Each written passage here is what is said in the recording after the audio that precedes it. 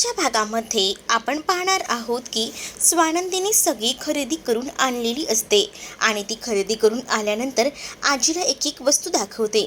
आजी ही आता स्वानंदीला म्हणत असते की एकदम परफेक्ट असं सामान आणले, जे जे लागणार आहे ना ते बरोबर तू सामान घेऊन आलीस बघ, असंही आता आजी स्वानंदीला म्हणते.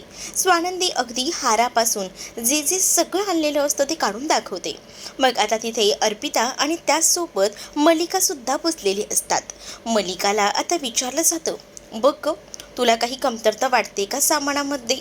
मग आता नेहमीप्रमाणेच काही ना काही खोड काढायची म्हणून आता मलिका म्हणत असते की हे सामान जरा ना चीप वाटते. त्यावर स्वानंदी आता म्हणत असते की ह्या सामानात चीप असंही असतं का? हे देवाच्या पूजेचं सामान आहे, तू कुठून आणलंयस जरा सांगशील का, असं मलिका म्हणते. त्यावर मलिकाला स्वानंदी सांगते की हे आपल्या मंडईतून मी सामान आणलंय. मंडईतून? ओ चीप, अर्पिता म्हणते. त्यावर स्वानंदी म्हणते, त्यात चीप असण्यासारखं काही आहे? आपण हे सगळं सामान पूजेसाठी वापरणार आहे आणि पूजा ही देवाची असते. देव आपल्याला आपण जर मनापासून असंही काही मागितलं ना तर सहज म्हणून देऊन टाकतो. मग त्यासाठी या वस्तू ही चीप आणि या सगळ्या गोष्टींमध्ये बघून काय घ्यायच्या असतात? नाही मला असं काही वाटत नाही.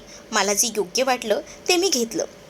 त्यातच आता आजीला हा आनंद झालेला असतो की या सगळ्यांमध्ये या दोघांनीही सामान एकत्र खरेदी केलेलं असतं. या गोष्टीच आजीला आवडलेल्या असतात आणि त्याच गोष्टी मलिका आणि अर्पिताला आवडलेल्या नसतात, कारण त्यांना माहिती नव्हतं की समर आणि स्वानंदी गेलेले होते एकत्र. पण जेव्हा आजी बोलते ना तेव्हा आता अर्पिता आणि मलिकाला कळतं. तेव्हा आता समर आणि स्वानंदीची वाढत चाललेली जवळीक मलिका आणि अर्पिताच्या डोळ्यात खूपच असते.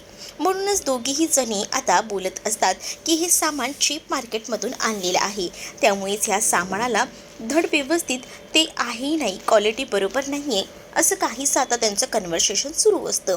दुसरीकडे मात्र आता आणि रोहन दोघंही जण शॉपिंगसाठी बाहेर गेलेले असतात. त्यामुळे बाबांकडे घरची जबाबदारी असते, कारण मंदाकिनीने तर घरच्या कामांमध्ये सुट्टी घेतलेली असते. मग आता ही सगळी घरची कामं बाबा बघत असतात. घरात आता त्यांना स्वयंपाकही बनवायचा असतो.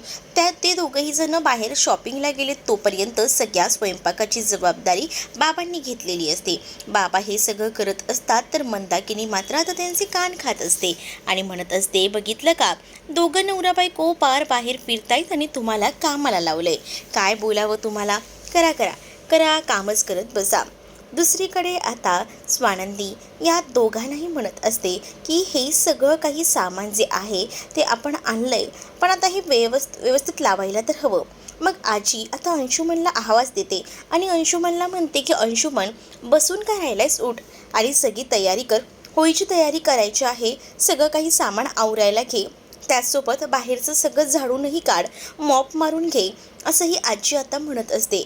आजीने आता हे सगळं बडबड सुरू केल्याबरोबर आता आजीवर अंशुमन चिडू लागतो आणि म्हणतो की मी दिवसभर काम करून आता थकलो आहे, त्यामुळे आता मला काम नाही करता येणार. पण आता इथे चिडचिड खूप जास्त या अंशुमनची वाढत चाललेली असते. तर अर्पिताला सुद्धा नजरेसमोर तो उभं करत नसतो. अर्पितावर सुद्धा ग्लास फेकून तो मारतो. अर्पितालाही म्हणत असतो की सगळीजणं मला काम सांगतायत, तू कर ग कामं, मी का करू कामं, तुला शिक्षा दिलेली आहे ना, मग तू कर कामं, अर्पिता त्याला टोचून बोलते. मग आता अंशुमन आणि अर्पितामध्ये तिथे वाद होत असतात. त्यावर मलिका म्हणत असते की काय लहान मुलांसारखे दोघंही जण भांडत बसलाय, थांबा जरा शांत बसा. आणि असं बोलून आता अंशुमन आणि अर्पिताची भांडणं थांबवायचा प्रयत्न मलिका करत असते.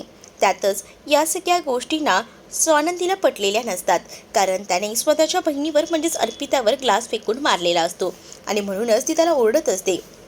त्यावर तो तिला म्हणतो की ए यू शट अप, तू कोण आहे आमच्यामध्ये बोलणारी, तुझा काहीच अधिकार नाही आमच्यामध्ये बोलण्याचा, असंही तो आता रागातच बोलतो. जेव्हा आता तो हे सगळं काही बोलतो ना तेव्हा मात्र आता स्वानंदी शांत राहते, पण स्वानंदीला हे सगळं काही अगदीच डोक्यावरून गेलेलं असतं.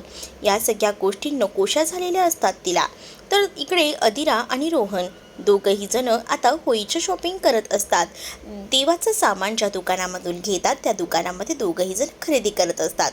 तर या सगळ्याचा व्हिडिओ ना अदिल आपल्या मोबाईलमध्ये शूट करत असते आणि त्याच वेळेला ती आता रोहनलाही सांगत असते, स्माईल प्लीज रोहन, स्माईल हस, मी ना आपला व्लॉग बनवते.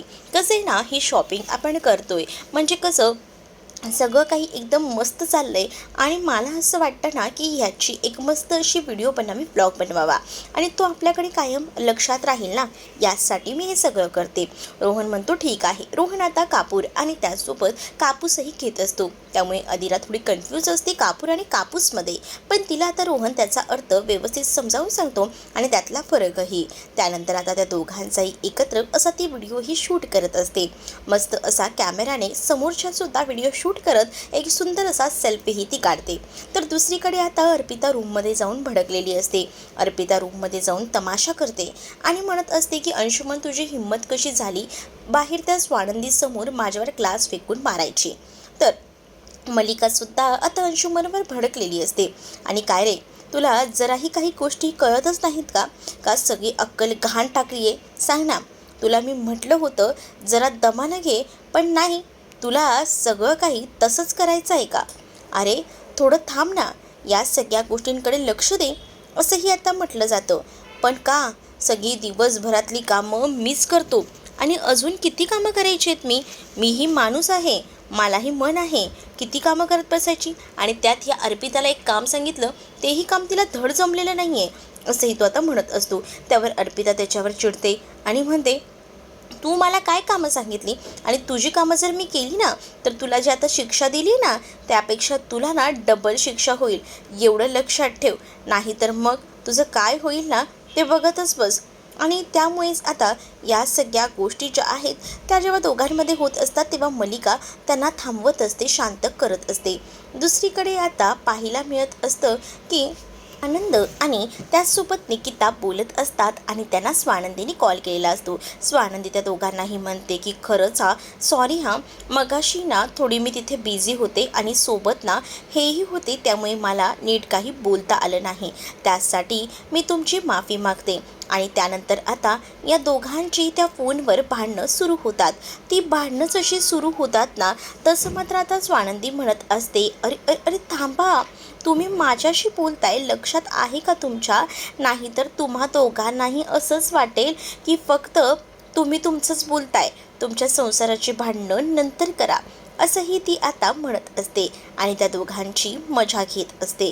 तर दुसरीकडे मात्र आता स्वानंदी ला समजावत असते आणि म्हणत असते की तुम्हाला, मला कळतंय की ऑफिसला जायची घाई झालेली आहे, पण एक मित्र म्हणून तुम्ही काळजी करताय, तुम्हाला खूप जास्त त्यांचं टेन्शन आलेलं आहे हे सुद्धा मला कळतंय, पण थांबा, जरा थांबा, या सगळ्याचे परिणाम कसे होत आहेत ना हे सगळं काही आपण बघूया आणि मग नंतर पुढे आपण या गोष्टीचा विचार करूया. आता सगळा विचार करून चाललात ना तर कसं व्हायचं, म्हणूनच मी तुम्हाला सांगते, हळूहळू दमाने या सगळ्या गोष्टी करूया, असंही आता सांगितलं जातं. जेव्हा या गोष्टी सांगितल्या जातात तेव्हा मात्र आता निकिता जी आहे ती आता बोलत असते की मी ह्यांना हेच सांगते, पण हे ऐकतील तर ना, त्याचंसुद्धा त्याच्यावरूनच भांडण सुरू. मग आता स्वानंदी त्यांना शांत करत असते, थोडा वेळ द्या, सगळ्या काही गोष्टी नीट होतील, फक्त थोडा वेळ जाऊ द्या, मग बघा सगळं व्यवस्थित होईल, असंही आता ती बोलत असते. जेव्हा आता या सगळ्या गोष्टी ती बोलते ना तेव्हा मात्र आता या सगळ्या गोष्टी निकिता आणि आनंदला सुद्धा पटलेल्या असतात आणि आनंद आणि निकिताला या गोष्टी पटल्यामुळे स्वानंदी म्हणत असते की आपण कोणतीही घाई करायची नाही आहे, मला माहिती आहे तुम्हाला लवकरात लवकर ऑफिस जॉईन करायचं आहे, पण आपण जर घाई केली ना तर त्याची काडी मात्र ही किंमत राहणार नाही आणि मला असं वाटतं की समरला स्वतःहून कळायला हवं, म्हणूनच स्वानंदी ही सगळी आयडिया करत असते. जेव्हा हे सगळं काही बोलत असते ना तेव्हा निकिता आणि आनंदला आता स्वानंदीचं बोलणं पटत असतं आणि त्यामुळेच ती म्हणत असते की बरं ठीक आहे, तुम्ही म्हणताय ना म्हणूनच. मग आता एवढं सगळं समजवल्यामुळेच ना आता तीही खूपच जास्त खुश झालेली असते. दुसरीकडे आता होळीची तयारी स्वानंदीला करायची असते आणि यासाठी ती पूर्णपणे तयार झालेली असते. निकिता आणि आनंदला तिने समजावल्यानंतर ती आता फोन ठेवते तर निकिता आणि आनंदला तिने सांगितलेलं असतं की एवढ्यात ऑफिसला जॉईन व्हायचं नाही म्हणजे नाही.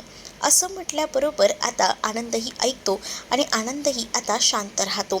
दुसरीकडे आता पाहायला मिळतं दारात मस्त रांगोळी काढायचं काम मंदाकिनीचं सुरू असतं. पण त्यात सुद्धा मंदाकिनीची बडबड सुरू असते. आज घरात होळी आहे पण पुरणपोळ्या काही बनणार नाहीत. त्यावर सुद्धा नक्कीच काही ना काही बाहेरून ऑर्डर करायच्याच असतील असंही ती म्हणत असते. पण जरा आज डोकावून बघ म्हणजे तुला समजेल. आणि आदिरा आणि रोहन मिळून दोघंही जण ना आता खरंच पुरणपोळी बनवत असतात.